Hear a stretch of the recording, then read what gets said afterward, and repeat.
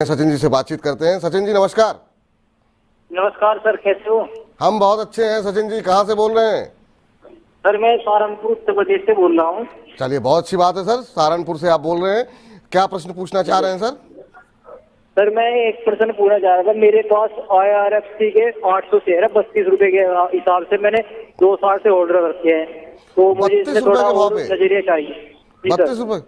चलिए पहले तो बहुत सर। बहुत शुभकामनाएं आपको कि आपने 32 रुपए सर पे मेरे पास लेकर। जी मेरे पास 1500 शेयर थे। वैसे मैंने कुछ अभी सेल कर दिए हैं, कुछ फंड अरेंज करना था मेरे को। कोई बात नहीं सर, अच्छी बात है। मुनाफा बांधना भी चाहिए समय समय पर, लेकिन वाकई में बहुत अच्छे मुनाफे पे आप हैं और आपको तो मिठाई खिलानी चाहिए हम लोगों को कि इतने अच्छा जी मुनाफा सर, आपको हो रहा है। जी जी, 178 का भाव अभी देखने को मिल रहा है। आपने 32 पे लिए हैं, अभी और कितना होल्ड कर सकते हैं आप? सर मैं अभी मेरे को 2 महीने तक और रख सकता हूँ। 2 मैं महीने क्लियर तक? होल्ड रख रखा है कि नई सरकार आएगी तो कुछ हो जाएगा। चलिए, नई सरकार तक का इंतज़ार कर रहे हैं और इसी उम्मीद पे सर ये बने हुए हैं और 2 साल से होल्ड कर रहे हैं। 32 पर लेकर के 180 का भाव अब पहुंच गया है, तो अच्छा खासा मुनाफा इनको यहाँ पर हो रहा है और 2 महीने और होल्ड कर सकते हैं।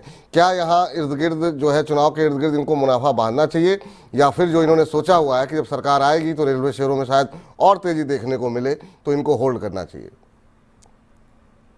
सर देखिए, जो मौजूदा सरकार है उनके जो 10 वर्ष कार्यकाल रहा है उसमें सार्वजनिक क्षेत्र की जो शेयर हैं, जो कंपनियां हैं, उनमें बहुत शानदार रैली हुई है। इसी के पहले जब 10 साल कांग्रेस की सरकार थी, यूपीए की सरकार थी, तो ये जो सार्वजनिक क्षेत्र की शेयर है या कंपनियां हैं उनमें उनका प्रदर्शन अच्छा नहीं रहा। मेरे ख्याल से 2 दिन इनको वेट करना चाहिए, उसके बाद निर्णय लेना चाहिए कि इन्हें क्या करना है IRFC में।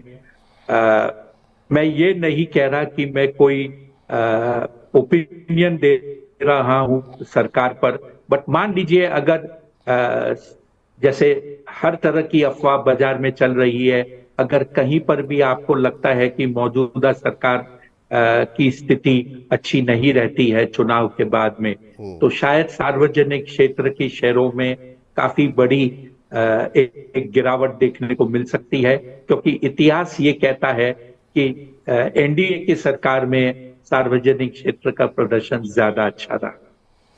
तो 2 दिन के बाद आप रणनीति अपनी किस तरीके से बनानी है वो तय कीजिए, क्योंकि एक बार जब क्लैरिटी हो जाएगी तो निर्णय लेने में आपको आसानी होगी। अगर मान लीजिए मौजूदा सरकार रिपीट नहीं होती है तो फिर हो सकता है PSU शेयरों में दबाव देखने को मिले, तो एक कोई स्टॉप लॉस लगा लीजिए ताकि आपको एग्जिट करने में आसानी हो और आपको ज़्यादा नुकसान ना हो।